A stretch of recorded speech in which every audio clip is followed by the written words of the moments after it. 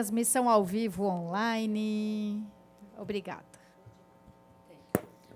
Então, pelo que eu estou percebendo, essa norma é normativa do CNJ? Que veio É uma norma administrativa. Essa toda? Uhum.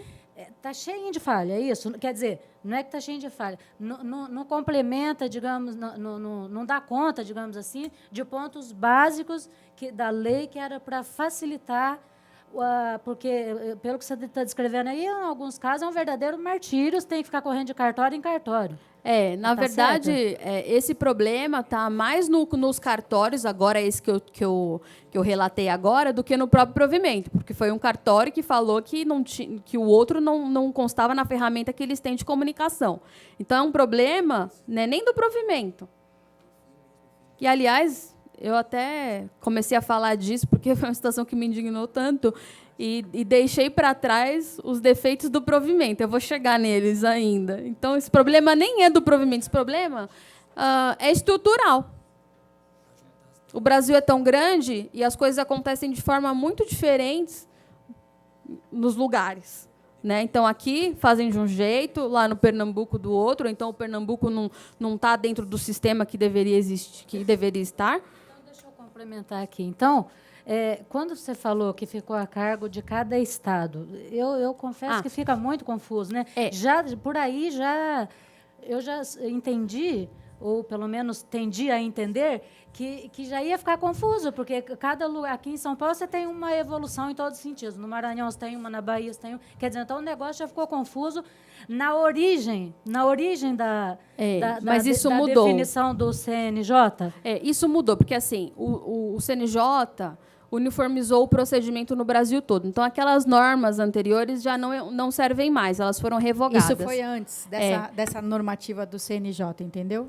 Então, antes que o CNJ fizesse essa norma, os estados correram e fizeram as deles, porque as demandas existiam, eles precisavam dar efetividade à decisão do STF. Por isso que eles fizeram. Quando o CNJ fez, padronizando, aquelas normas ficaram para trás. Tá bom? Então, assim, existe uma norma padrão para todo o Brasil. No entanto, na hora de fazer aquilo no cartório, a gente encontra dificuldades outras que, por exemplo, como a Renata falou, a transfobia internalizada, é o cartório que não está no sistema de comunicação e de envio de documentos, enfim, que atrapalha a efetividade não só da decisão, mas do próprio provimento que veio para normatizar essa situação. Bom, eu fico um pouco... pois não. Aproveitando para complementar o que a Renata falou, fala um pouco sobre a questão de suscitação de dúvida, quando a pessoa for para fazer esse procedimento e tiver dificuldade num cartório, antes de avançar, né? Acho que é o momento ideal. Tá. A gente, quando frequenta cartórios, encontra diversas dificuldades. Vai fazer uma coisa e não consegue. A gente tem o direito hoje de fazer muita coisa em cartório, diretamente. Reconhecer filho, fixar paternidade, maternidade socioafetiva, estabelecer a multiparentalidade, que é a pluralidade de pais, enfim, tudo isso é possível fazer no cartório. Mas quando a gente chega para fazer, mesmo cumprindo toda a regra que existe, levando toda a documentação, cartórios trazem situações que impedem a realização desses procedimentos. Então, assim, tudo que vocês forem fazer num cartório e houver impedimento, existe um mecanismo para enviar essa situação a um juiz de direito, que é o corregedor responsável por aquela serventia. Esse mecanismo é comumente chamado de suscitação de dúvidas. Então, assim, chegou no cartório para fazer alguma coisa e foi impedido por algo que não constava na norma daquela coisa que você vai fazer, diga que quer suscitar dúvida ao juiz corregedor. E aí um juiz de direito vai decidir se o cartório está certo em impedir você de fazer o que você foi fazer, ou não. E Pois como, não. como que se faz isso? É só falar, quero suscitar dúvida. Aí lá eles vão te dar um formulário, vocês vão preencher, vão fazer um requerimento e abre um processinho e vai para o juiz. Né? Fala assim, quero suscitar dúvida para o juiz corregedor. Pronto. Ou eles resolvem... Cara, genial. É porque tipo vão ficar fazer com o medo. VAR, assim, né? É. Tipo, tem um rito, tem um modo. Por exemplo, posso só contar mais um absurdo de cartório? Por favor. Bom, hoje é possível reconhecer a filiação socioafetiva diretamente de cartório. Então, pais e mães socioafetivos podem reconhecer filhos não biológicos em cartórios. Beleza. Se forem maiores, melhor ainda, porque não precisa de autorização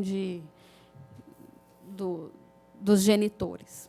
Pois bem, teve um caso em que um rapaz foi, então, ao cartório, onde ele nasceu. Podia ser feito em qualquer outro, mas, na comarca onde ele residia, ele se deparou com a dificuldade, com a impossibilidade de se encaminhar a documentação, a mesma história, para o cartório onde foi registrado o nascimento dele. Ok, o que ele fez? Foi até o cartório onde ele foi registrado, no interior, se deslocou com os pais socioafetivos, que são tios dele, e o criaram desde que ele nasceu. Pois bem, chegando lá, tios, hein? Tios. A norma que rege essa situação diz que ascendentes não podem reconhecer descendentes como filhos socioafetivos. Então, o avô não pode reconhecer o neto como filho. E irmãos não podem se reconhecer entre si, como pai e filho, mãe e filho, por exemplo. Ascendentes e irmãos não podem fazer esse reconhecimento de filiação. Isso vale também para adoção. Avós não podem adotar seus netos. Eu não posso adotar meu irmão. Beleza. Chegando lá, o oficial do cartório falou, não, eles são seus tios. Eles não podem te reconhecer como filhos porque ascendente não pode reconhecer. Não, mas tio é parente colateral, não é ascendente, não. Ascendente é parente em linha reta, ascendente e descendente em linha reta. Irmão, tio, primo é parente na linha colateral. Não há proibição para esse tipo de parente. E o oficial, ou seja, era o cara responsável por aquele cartório, não sabia o básico sobre isso. E tentou impedir. Nesse caso, o rapaz poderia suscitar dúvida ao juiz corregedor. Mas aí o cara ligou para não sei quem e tirou a dúvida mesmo e acabou fazendo. Pois não, pode falar. Ouvindo esse monte de absurdo, a gente pode concluir que uma política pública de conscientização direcionada para os cartórios, campanha de conscientização direcionada para os cartórios, no caso específico dos direitos LGBT, né, e socioafetivos, enfim, seria uma política efetiva porque o que falta é informação, né? Informação e boa vontade. Boa vontade falta mais mas se a ainda. informação for bem assim contundente, se a população souber os seus direitos, consegue enfrentar, isso. né? Por exemplo, se esse rapaz que foi lá impedido de ter sua filiação, sua paternidade e maternidade socioafetivas reconhecidas em cartório, tivesse ido sozinho, ele voltaria sem fazer. Com um advogado. E assim, não precisa estar com um advogado o tempo todo, sabe, como uma muleta. Tem que estar sozinho e conseguir enfrentar e resolver seus problemas que são permitidos que se resolvam administrativamente. Tira uma dúvida. O cartório é uma pessoa jurídica de que natureza? É uma autarquia? É um reino? Já vi pela sua cara. Não é uma pessoa jurídica. Na verdade, tem CNPJ, né? Não é pessoa... não é. E você pode explicar isso? Né? Por favor. E é o que, então? Ele sabe explicar isso. É uma capitania hereditária. Não passa mais, é concurso não passa agora. Mais, não. Não, é concurso. Hoje os cartórios eles são por concurso, um concurso dificílimo. São importantes hoje na estrutura do Brasil. Você faz muita coisa pelos cartórios, mas há essa dificuldade que, por exemplo, a Renata falou, né? Você tem que a transfobia e outras fobias todas da sociedade transparece naquele que conduz o cartório. O cartório, por muito tempo, foi pessoa física, né? Na pessoa do oficial, do registrador, do tabelião, era digamos, a forma como ele contratava os seus funcionários. Isso dá muito problema, porque durante muito tempo no Brasil, os 10 maiores contribuintes de imposto de renda, pessoa física, o primeiro era o Silvio Santos, quando recebia bastante dinheiro da Telecena, porque ele recebia na pessoa física. Os outros 9 eram donos de cartório. Com o tempo, isso mudou e hoje eles têm CNPJ.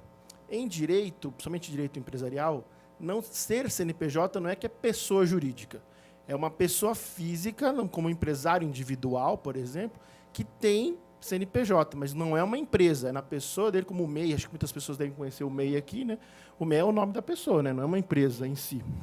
Então, hoje, os cartórios têm CNPJ e cada um tem a sua jurisdição e a sua função. Então, em cidades muito pequenas, você tem um cartório que faz tudo, quase. Ele registra civil, registro de títulos e documentos. São Paulo, que é uma cidade grande, tem cartórios de protesto de títulos, de registro de títulos e documentos, de registro de imóveis, de pessoas, registro de pessoas civis, né, que é pessoas naturais. Então, você tem vários tipos de cartório onde você faz diferentes serviços. Né? Não sei se respondi. Sim. Sim, né? Tanto quanto possível. Mas, então, porque eu queria saber quem pode impor obrigações aos cartórios. Por exemplo, que no mural do cartório tem de ter um cartaz lá informando que a pessoa tem o direito de suscitar, como chama mesmo?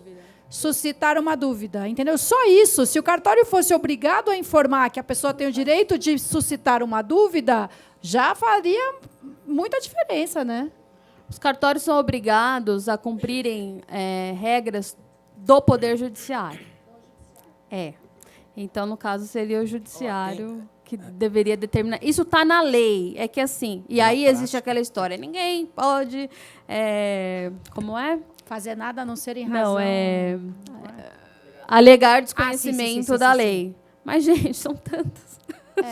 São então, tantas. Deixa eu fazer só um outro parênteses aqui. Tem um menino aqui na mesa que ele é super tímido. Ele falou que ele não queria falar e que eu desse uma ajuda para ele. Uma ótima representante ele escolheu. Que ele falou o seguinte, que para além do que eu falei, ele já passou por situações extremadamente constrangedoras lá no cartório, até de cobrarem dinheiros que não eram devidos.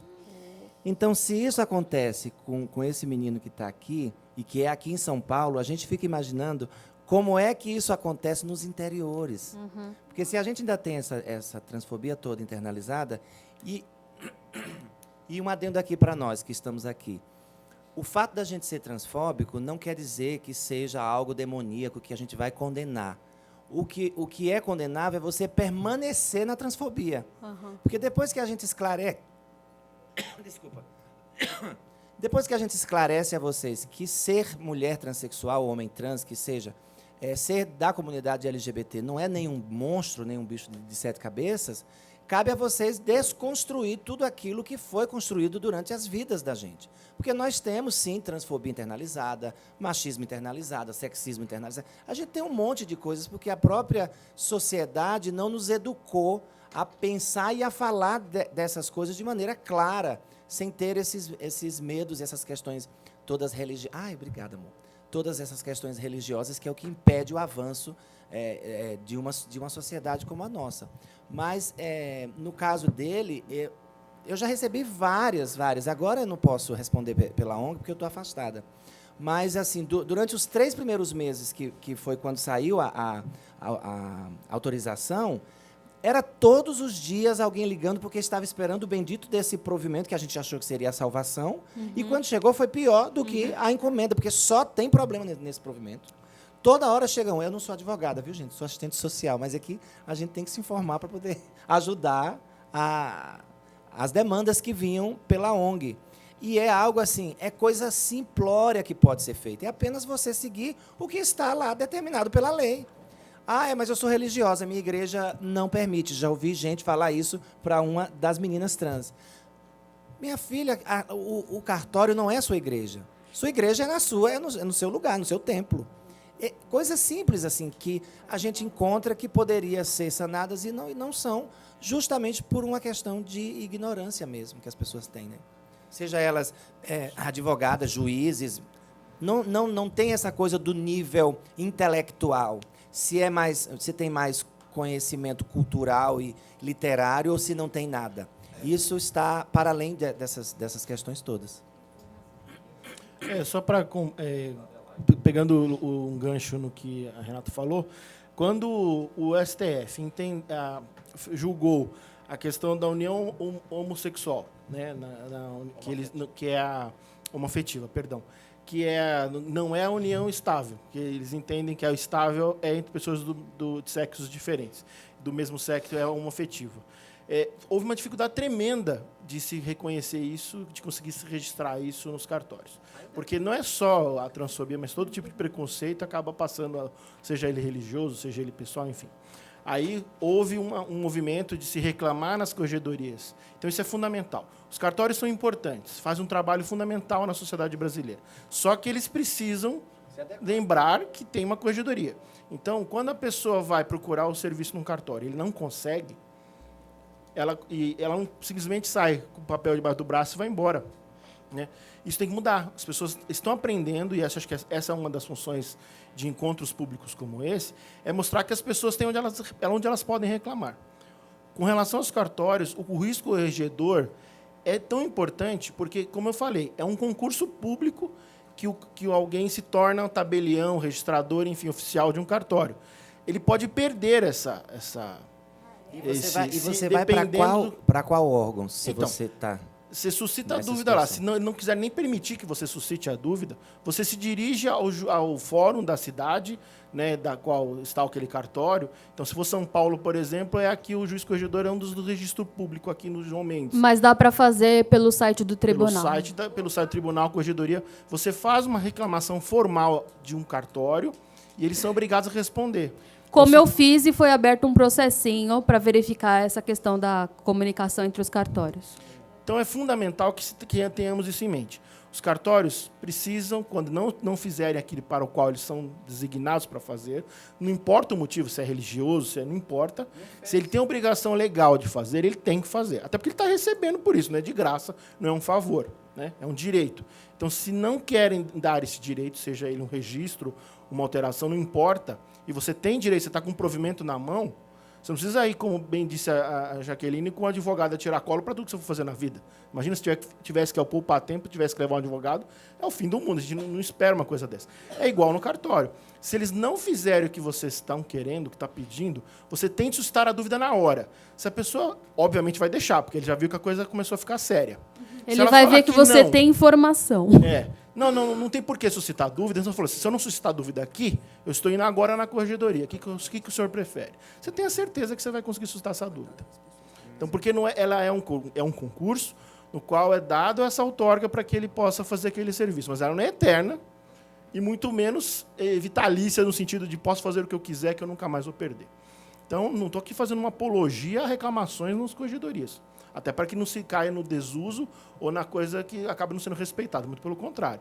Devemos ir, sim, à corregedoria, não só no caso dos cartórios, no caso da polícia, no caso dos serviços em geral, do judiciário que não julga, essa lentidão da justiça. Quando você tem um problema num processo que não anda, acione a corregedoria do judiciário e vê se o seu processo não começa a andar. Né? Tem corregedoria no CNJ, tem corregedoria em todos os tribunais. Então, cada órgão, cada serviço público tem uma corregedoria responsável. Quando o brasileiro parar de fazer textão no Facebook e for procurar o órgão que resolve, que são as corregedorias, são aqueles órgãos de instância superior àquele que você está tendo problema, você vai ver que a coisa vai andar melhor.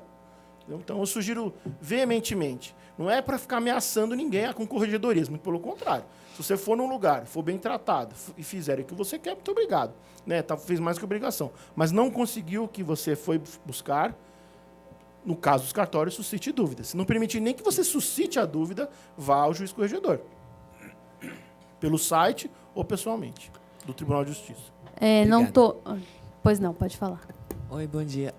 No caso, eu não sou daqui, sou do Amazonas. E eu vou recorrer ao cartório daqui para fazer a mudança. Eles vão ter que mandar documentação para o cartório de lá? Onde você foi registrada. Porque quando eu entrei em contato com eles, eles falaram que não estavam fazendo ainda. Mas isso eu tenho o quê? Acho que um mês atrás. É o meu 2 problema. meses. É o problema da minha cliente. Vai ter que fazer isso ou vai ter que abrir um processo? Como faz? Mesmo que eles não estejam fazendo lá, eles não vão mandar nenhuma documentação para cá. Não vão entrar em contato com o cartório daqui ou o cartório daqui, sei lá. O cartório daqui falou que não está mandando documentação para lá? Eu liguei para lá e eles falaram que não estavam fazendo ainda, que esse procedimento ainda não tinha chegou lá. E isso tem o quê? Uns 2 meses. Olha, não chegou lá ainda, gente. Tem... Ou não tem mais essa desculpa de que não chegou aqui? Não, isso já vale para todo o território nacional. Peraí, não entendi. Como? Isso vale para todo o Brasil. Não tem essa história de que não chegou aqui, não. Chegou para todo mundo. Agora, deixa eu ver o que é melhor você fazer numa situação dessa. Porque o problema está lá e não está aqui, certo? Primeiro, eu acho que você deveria ir no cartório daqui, onde você pretende dar entrada no procedimento, e eles vão mandar. Se não houver o problema de não ter a tal do cadastro na CRC. Vamos ver. Se fosse você, primeiro eu ligaria, para não perder teu tempo, vamos fazer igual eu fiz. Liga no cartório onde você pretende fazer o procedimento. Fala, olha, eu fui registrada no Amazonas, aí vai falar a cidade, e gostaria de fazer a mudança de nome com base no provimento 73. Eles já vão dizer, para esse cartório não estamos mandando porque eles não estão cadastrados, por exemplo, na CRC. Se houver isso, aí, site do Tribunal de Justiça do Amazonas, faz a sua reclamação, vai ter o link lá de corregedoria, procura. A gente faz isso junto com você aqui. Com muito prazer, inclusive. E vamos fazer a reclamação. Aí vai ser aberto um processinho, enfim, eles vão apurar por que não chegou lá ainda.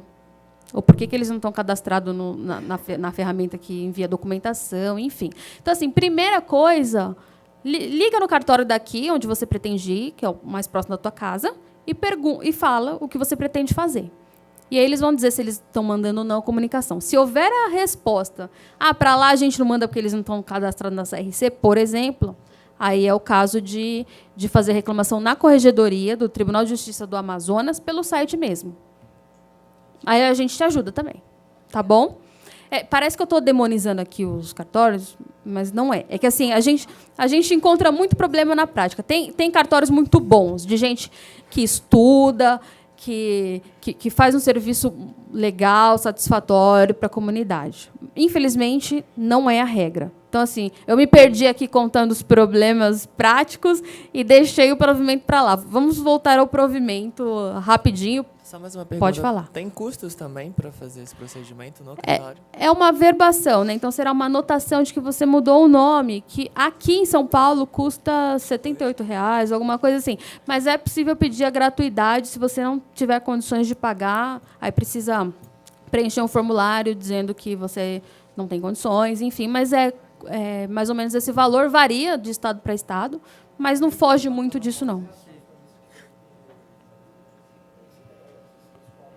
E também taxa de correspondência, então SEDEX, enfim, nada muito caro, não. Pois não. Boa tarde, pode falar? Então, além do teu custo, tem muita coisa, porque eles vão mandar você em 10 cartórios e ainda tem que pagar R$ 129. Eu vou chegar nisso, agorinha. Vou chegar. Muita coisa. E aí eu também estou preocupado, que eu quero perguntar para ele, porque assim, eu tenho um filho, ele vai nascer, e como que eu vou fazer para registrar um moleque no meu nome? Porque eu demorei 3 meses para trocar o meu nome. Segunda-feira, agora que eu vou conseguir. Você já trocou? Já consegui. Vou pegar a certidão agora terça-feira. Mas eu demorei 3 meses para conseguir fazer uma coisa simples. Ele me pediu um nome limpo, me pediu um monte de coisa que eu achei sem necessidade, só para trocar o nome, só para tirar o Michel, entendeu? E colocar o Michel Cardoso. Aí ele, no cartório meu que eu fui, foi horrível. Eu passei por muita situação que sem necessidade. Agora o meu filho, vou registrar o meu filho no meu nome, como que eu vou fazer? Por quê? Eu não entendi sua dúvida. Você já mudou o seu nome? Não, eu já mudei, só que eu não peguei a certidão ainda. Vou pegar terça-feira agora. Só que eu demorei 3 meses para fazer isso. Tá, mas teu filho não nasceu ainda. Não, vai nascer. Aí tô pensando já lá na frente, né? Mas o que eu vou passar agora? Nada. Você vai pegar o teu documento novo e vai levar no cartório para registrar o teu filho e pronto, e vai conseguir. É rápido. É na hora. Agora ficou tranquilo. Agora tá bom, porque não tá... Tem esse tempo mesmo? É de 2 a 3 meses para mudar? Então, foi o que a reportagem da TV me perguntou também. Varia de lugar para lugar. Porque o provimento não fala de prazo, né? Bom, vamos voltar ao provimento. Então, maior de 18 anos, num cartório de registro de pessoas naturais, pode ser o diverso de onde foi feito o registro da pessoa. Isso pode ser desfeito. O provimento diz que essa mudança pode ser desfeita. Pode ser pela via judicial ou administrativa, mas aí com uma autorização judicial, seja do juiz de direito lá no processo, seja do juiz corregedor, se for pela via administrativa. Não ficou claro no provimento se essa desconstituição da mudança seria para voltar à situação anterior, ao nome anterior, ou para uma nova mudança. Eu interpreto essa desconstituição como um retorno à situação anterior. Então, mudei meu nome, agora eu me arrependi, eu volto ao que era antes, e não por um outro. Mas isso não está muito claro. Bom, a documentação. O provimento traz uma lista enorme de documentos para poder fazer a mudança de nome. Muitos deles, eu entendo a razão.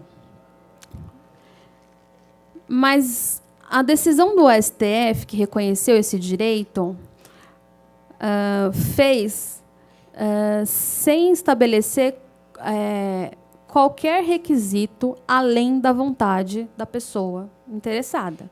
Então, quando o provimento estabelece uma série de documentos, está colocando requisitos que se tornam empecilhos, obstáculos. Não são intransponíveis, mas dificultam. Por quê? É custoso, né? Então, assim, você precisa apresentar, além dos documentos pessoais, certidões de distribuição de ações judiciais. Civil, criminal, execução criminal, eleitoral, trabalhista, isso na Justiça Federal e Justiça Estadual. Tudo isso é gratuito e online. Só a criminal aqui no estado de São Paulo tem que ser pessoalmente no Fórum João Mendes. Beleza. Certidões de protestos de títulos. Aqui em São Paulo tem 10 cartórios de protestos de títulos. Então você precisa solicitar.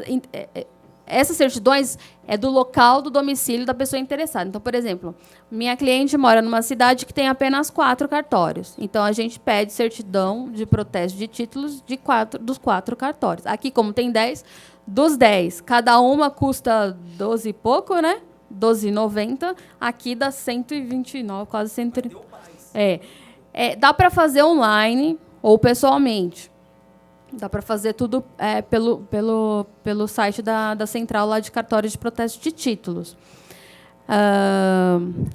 Mas a taxa tem que pagar de todo jeito, se você fizer online. Tem que pagar. Porque a taxa é pela emissão do... Eu não sei se tem gratuidade de protesto. Tem?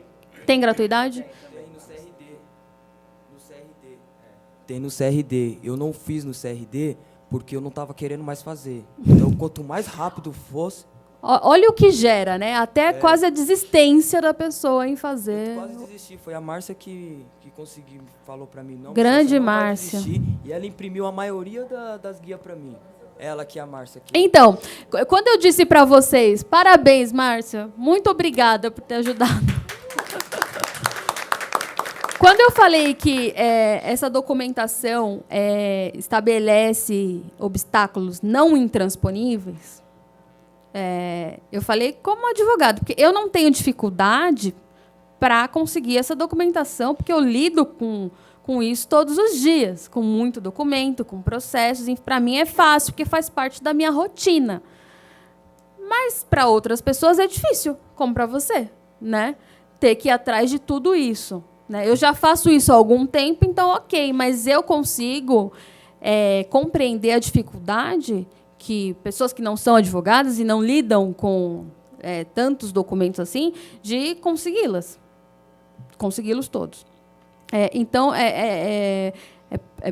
Por isso que exigir essa exigência é, sim, uma dificuldade, que dá para superar, mas é uma dificuldade. Uma coisa importante.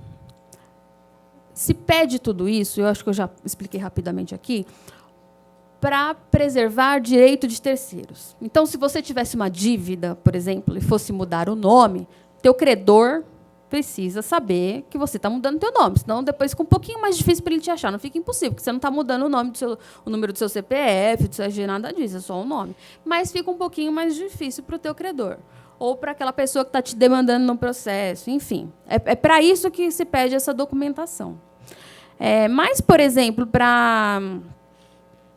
quando a gente altera o nome porque casa, ou porque divorcia, a gente faz isso sem autorização judicial e sem apresentar documentação nenhuma. Ou um filho que é reconhecido já maior de idade, ou seja, já tem uma vida, como eu fiz outro dia para um cliente, o menino já tinha 33 anos, foi reconhecido pelo pai tardiamente, voluntariamente, ou seja, já tinha uma vida. Ele podia ter dívidas, podia ter processos, mas ele alterou o nome sem necessidade de apresentar certidão nenhuma. Então, uma crítica se faz à exigência dessa documentação, porque, em outras hipóteses, não está trocando o prenome, mas está alterando o nome de alguma forma. Não se exige. Então, nota-se um tratamento diferenciado, né? A falta, o provimento diz que a falta dessa documentação impede, sim, a realização do procedimento. Então, precisa providenciar todos. Já a existência de processos judiciais, ou seja, a certidão positiva de ações judiciais e a certidão positiva de protestos de títulos, ou seja, a existência de dívidas, não impede. Tá? Pode ter dívida, pode ter processo judicial, você vai conseguir mudar seu nome. Mas os respectivos interessados serão comunicados, obviamente, dessa mudança.